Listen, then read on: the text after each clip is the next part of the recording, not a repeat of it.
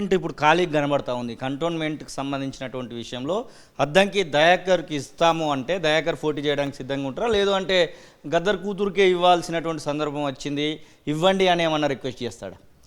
నేను ముఖ్యమంత్రి గారు చెప్పినట్టు వింటా. నేను అసలు నిర్ణయం నాది అనేది ఇక లేదు. నేను ఎందుకు ఆ మాట చెప్తున్నా, అటు పోవడానికి సిద్ధంగా ఉన్నాడు రేవంత్ రెడ్డి. ఎడదిక్కు వెళ్ళి చూపిస్తే అడదిక్కు దయాకర్ పోవడానికి సిద్ధంగా ఉన్నాడా? మీకు పర్టికులర్గా చెప్తున్నా, తుంగతుర్తి కూడా ఉన్న పరిస్థితుల్లో నేను అడగకపోతే అనైతికం కాబట్టే నేను టికెట్ అడిగిన. అక్కడున్న పరిస్థితులు కొన్ని నాకు విముఖంగా ఉన్నప్పటికి కూడా ఆ రోజు నన్ను చాలామంది కంటోన్మెంటో చేవెళ్ళనో ఇంకో అదే ఇటు అడిగి ఇటు చెన్నూరు ఇట్లా అని అన్నారు. బట్ ఒక నాయకుడు తనకు జన్మనిచ్చిన ప్రాంతాన్ని వదిలి వెళ్ళిపోవడం అంటే నేను ఫీల్ అయింది చెప్తున్నా. అంటే నేను తుంగతుర్తి నా అమ్మ లెక్క ఎందుకు చూస్తా అంటే నాకు రాజకీయ ప్రస్థానం అది. గెలిచిన ఒకసారి ఓడిన ఒకసారి గెలిచి ఓడిన అది ఇంకా ఇప్పుడు నడుస్తున్నది, రేపు ఎల్లుండో తీర్పు వస్తుందేమో. కానీ అది అడగాలి కాబట్టి మీరు కూడా అప్లికేషన్ పెట్టమన్నారు కాబట్టి పెట్టిన ఎవరు మా పార్టీ.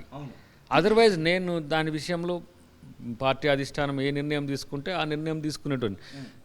ఆ రోజున్న పరిస్థితిలో ఒకవేళ నువ్వు కేసు గెలిస్తే మళ్ళీ నీకు తుంగతుర్తి ఇవ్వాల్సి వస్తుంది కదా, అప్లై చేసుకుంటే మంచిది, నువ్వు ప్రయత్నం చెయ్యని చాలామంది పెద్దలు అన్నారు. సరే, మన ముఖ్యమంత్రి గారు కూడా ఆ రోజు అన్న పరిస్థితి ఉన్నది కాబట్టి చేసిన.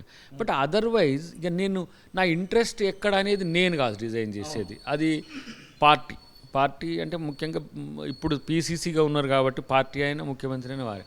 కంటోన్మెంట్ విషయంలో అసలు ఎన్నిక అది ఏకగ్రీవం అవుతుందా, లేదు కంటెస్ట్ ఉంటుందా, ఇప్పుడు వస్తుందా ఎప్పుడు వస్తుందా అనే విషయంలో కూడా నాకు స్పష్టత లేదు.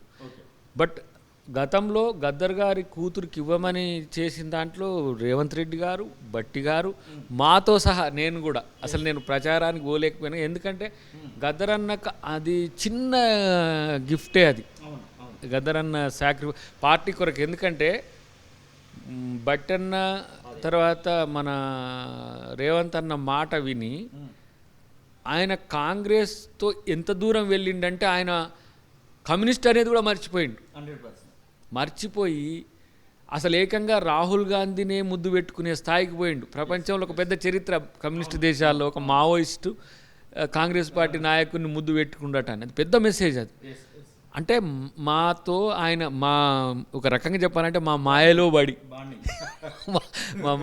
అరే పొమ్మంటవారా అంటే అరే నువ్వు పో అన్నా అంటే మీ వాళ్ళు నన్ను బట్టన్న యాత్ర ముగింపు ఆ రోజు నువ్వు బట్టన్నతో కలిసి పనిచేసినావు. మేము పోలే బట్టన్న యాత్రకి, ఎందుకంటే మా పరిస్థితులు అప్పుడు వేరుండే.